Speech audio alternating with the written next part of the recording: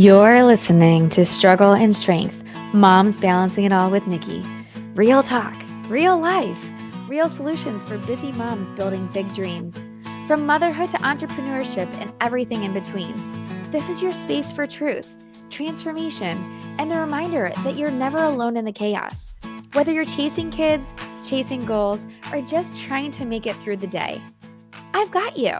So let's dive in. Hey friends, welcome back to another episode of Struggle and Strength, Moms Balancing It All with Nikki.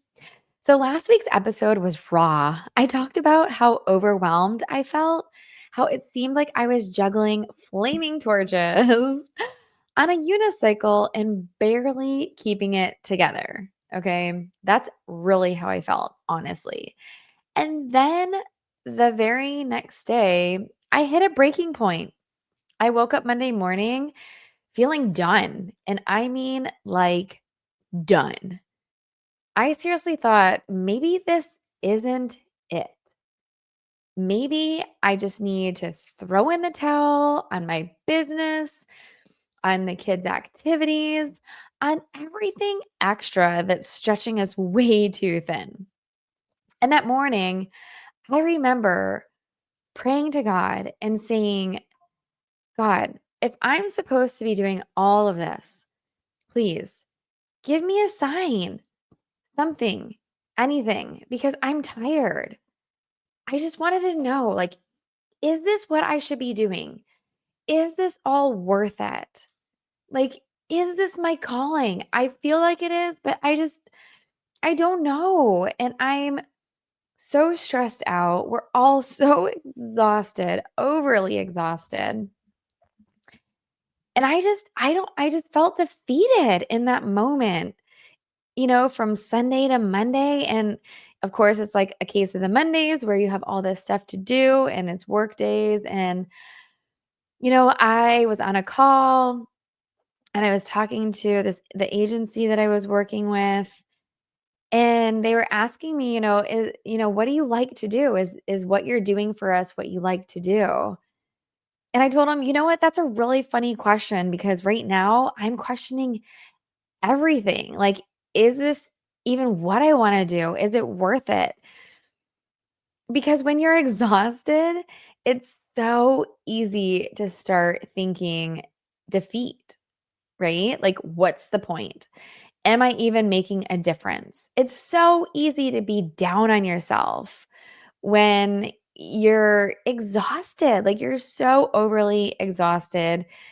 You don't even, it's like, I just want to lay in bed all day and not do anything else. And I mean, after our Sundays of, 5 soccer games and 2 tennis matches, it's so easy to feel that way every Sunday. And you know what? I have a rock that says, like, share your desires with God. And I forget what the saying is, but it's like, gosh, I wish I had that. And you will get your prayers answered. Anyways, I messed that whole entire thing up, but something very similar. And one of my clients that I was working with, she was like, all you have to do is ask God for it and he'll respond and give you what you want. And it's not that I'm asking for anything except for clarity. I just want to know, like, should I keep pushing forward or should I just throw in the towel? And it's really funny because I had that conversation with my agency. And no more than 2 hours later, my kids come running in from playing outside, and they're like, "Mommy, mommy, this man just gave us these flowers and told us to give them to you." And I was like, oh, okay." And it was beautiful. It was this huge, massive bouquet full of roses and tulips, my absolute favorite. And I was so confused. I thought maybe my husband did it. And I know I didn't order any flowers.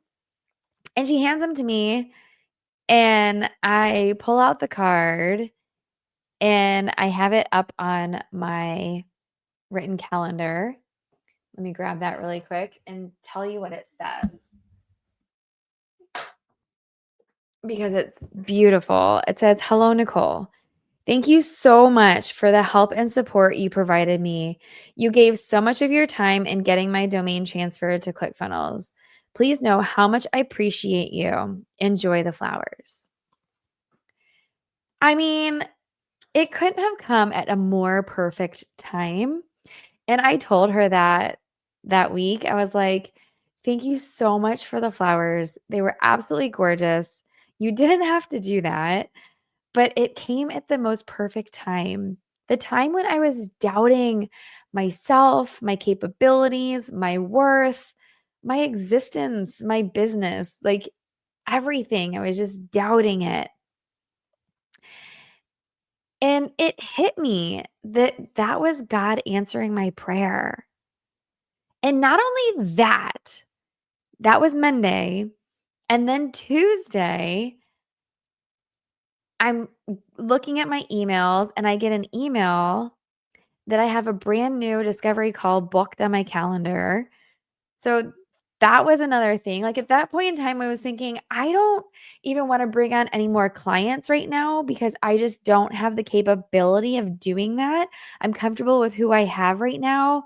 And I just want to focus on myself and growing my business to the point where it's like I needed to focus on these courses that I had just like these workshops and courses I had just purchased so that I could really get full potential out of everything that I have invested in myself for.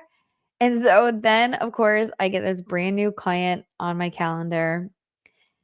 And not only that, but I got an email from a potential client that I had a cover call with a month prior that said like, "Hey, sorry, we're just trying to figure things out, but yeah, we want to work with you." And it was like everything that I had been questioning the day before suddenly felt lighter. Like the message was clear. Don't give up. You're doing exactly what you're supposed to be doing. And sometimes we just need those little reminders, moments where God whispers, "I see you, keep going." And I'm not hugely religious. We are Catholic. I just looked at my phone and I'm very shamely afraid to say that we haven't been to church in a very long time. Like it's almost been a year. And so we definitely need to go and do our confessions and like get forgiveness for not going to church every week. But it's so difficult this day and age because we have soccer literally every weekend, all on Sunday. There's no time to go Sunday. I guess we could go Saturday, but then we have sometimes Saturday games. So it's like, as long as we are, you know, saying our prayers, still knowing that God is there, I think we're okay for right now. I know it's a mortal sin for us in the Catholic Church not to go to church. So I need to kind of think about how we can get that handled. But with our schedules, the soccer should be coming to an end. We should be able to go back to church, do our confessions, and then redeem ourselves. But even though I wouldn't consider myself like overly uber religious. I still believe in God. I've been starting to read the Bible, get back into that. And it's really gained new perspective in my life. And I've never really read the Bible, to be quite honest. Now, back in the day, as being a Catholic, we didn't have this, but my friends, they went to this church that had this program called Awanas, and it was like my absolute favorite because they turned they turned the Bible into games about like learning, the names of the verses and like all that stuff. I can't tell you because I'm not very wise in that part of it, but it really I just loved it because it felt like a community, it felt close. It felt like I was getting good messages when I was going, and that's really what I love about church or whatever, God, is that I love the messages, the clarity that you get. And so this I felt was very clear that I was supposed to keep going. And then not only on the business side of things, But the week didn't stop there. On Friday, we toured a new school with the kids that I had found, and the second that we walked in, it just felt right. It was so weird, and I know my friends, my best friends from when I was 4 years old, they're twins, and if they're listening to this, you're gonna chuckle probably. But the head of the school, when I met her, and I know this is really weird, but when I looked at her, her mouth, like, and her teeth and everything reminded me of my best friend and her sister, not her twin sister, but her older sister, like, their teeth, the way that they were, I swear to God, if I just looked from, like, her nose to her chin, it was their older sister, and I it made me feel like home, like I was where I was supposed to be with my kids because I felt like I've known her for the last 40 years of my life.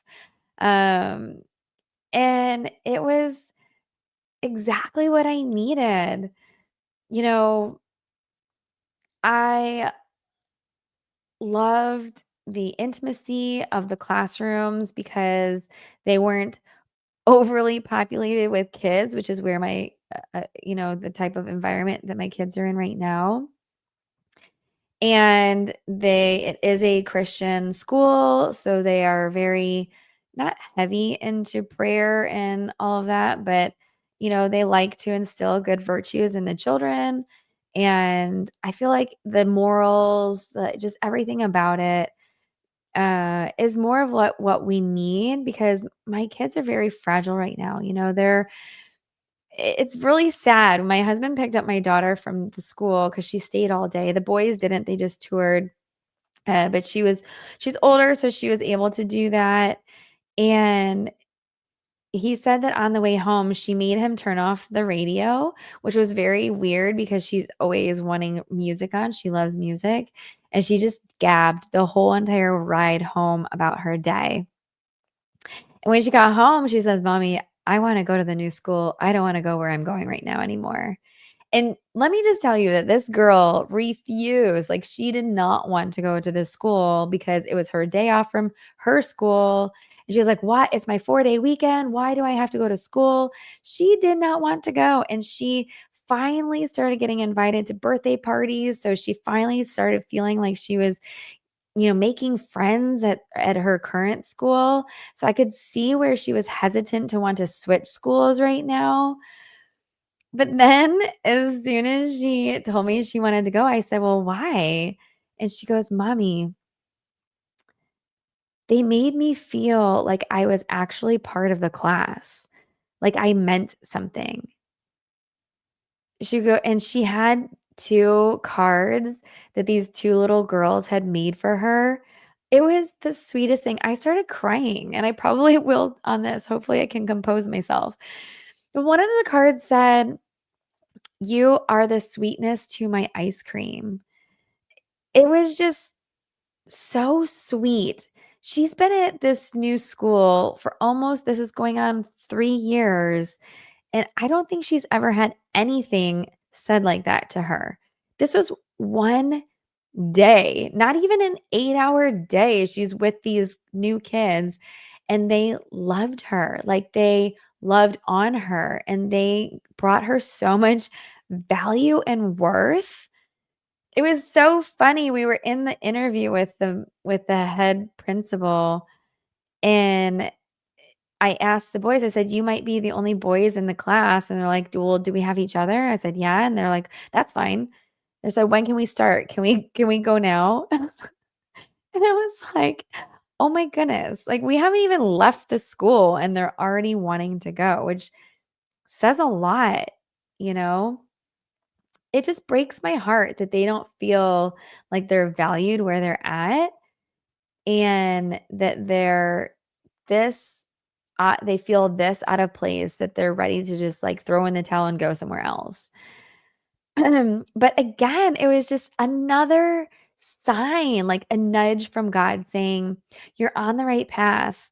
I'm aligning things for you. Just keep trusting the process." And it was just a little reminder to keep going. Like, things are starting to get better. My daughter's soccer is doing amazing. The school, I feel like this new school is a great place for them. It has all the right things. Their education will be right where it needs to be. They'll be able to go to school for only a couple days a week instead of the whole entire days. They're so sick and tired of being in a class where they're ahead of the class and they're having to wait for everybody to catch up. And it's like, it's not doing them any justice. And so it makes them not want to try. My son is doing terrible in his science class, and it's because he said he doesn't like his teacher. He thinks she's rude. She cuts the kids off when they're trying to speak, and she doesn't give them any opportunity to shine. And so he just totally tunes her out and doesn't want any part of it. Now, that is not right. I've talked to him about it. There's going to be people in our lives that we come across, and we can't always you know, have peaches and cream, with every single person that we meet, right? It's not going to be a beautiful relationship where we get along or that we like what they do, or maybe they say things that we don't like, or they do things we don't approve of. Whatever, the world is full of different people, and that's fine. We have to be respectful. But at the same time, I told him, I was like, you know what? You're only hurting yourself by not putting forth any effort just because you don't like your teacher. That doesn't mean that you don't try. And, he's like, I understand, mommy, but this whole week just reminded me of something that I want to share with you. That sometimes when you're at your breaking point, when you're ready to walk away, that's when the breakthrough is the closest. And let me just give you a little bit of background. I don't even it well, 17 years ago, before I met my husband, I was at that breaking point in relationships. I had terrible relationship after terrible relationship after terrible relationship. And I always felt like something was wrong with me, and I kept blaming myself. And I was so ready to just walk away. All I didn't want to do, I didn't want to be in another relationship. I didn't want to meet any new men. I wanted nothing to do with that. I wanted to focus on myself. And so I did. I was going to the gym. I had a friend, actually a coworker that was going with me. I was doing spin class. I absolutely loved it. And I was living my best life, being me and enjoying myself. But before that, I was on my knees saying, God, I can't do this anymore. I was so upset and heartbroken every single time because at that point in time, I had graduated from pharmacy school. I had started my career, and I wanted somebody to enjoy life with. And I just kept getting just walked on and hurt and brokenhearted. And it was so funny because it was at that moment I said, I'm done. No more. I don't want any more relationships. I'm good. No, thank you. And then all of a sudden, I met my husband. And the moment I met him, there was this spark, and I don't know, but it's really funny because the night started off where I was like, "Okay, I maybe," and then it got to the point where I was like, "Yeah, I'm good. I'm totally fine." And then he drove me home, and I was like, "Okay, bye, see ya," And then I was like, "Well, maybe," it was late. I was like, "Let's go get something to eat. I'm starving." And it was so funny. He was starving too, but we both sat at IHOP and neither of us ate anything. We just drank coffee, starving, but he didn't want to order food if I wasn't ordering food, and I didn't want to order food until he ordered food. And it was like one of those things where we're both nervous to take the first step in ordering food. But we talked and we had so much in common. We were at IHOP for I don't even know, 2 hours, just drinking coffee, both starving, exhausted. I had just gotten off my 12-hour shift. I went out to a get together with him and another friend. And then we went to IHOP until, 6 o'clock in the morning. But we had that connection.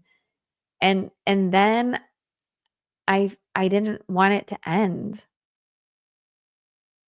And so as soon as I dropped me off, I was like, "Hey, you wanna do lunch?" Like, I just couldn't get enough.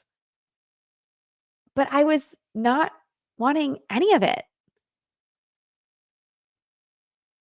It was like God was working behind the scenes and reminded me, like, what the purpose was in the first place,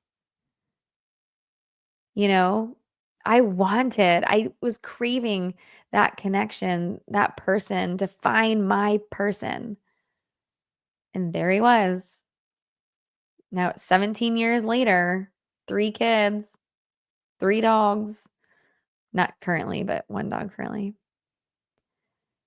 Those flowers that came last Monday, they weren't random. And that new client wasn't luck. And that school that we visited wasn't a coincidence.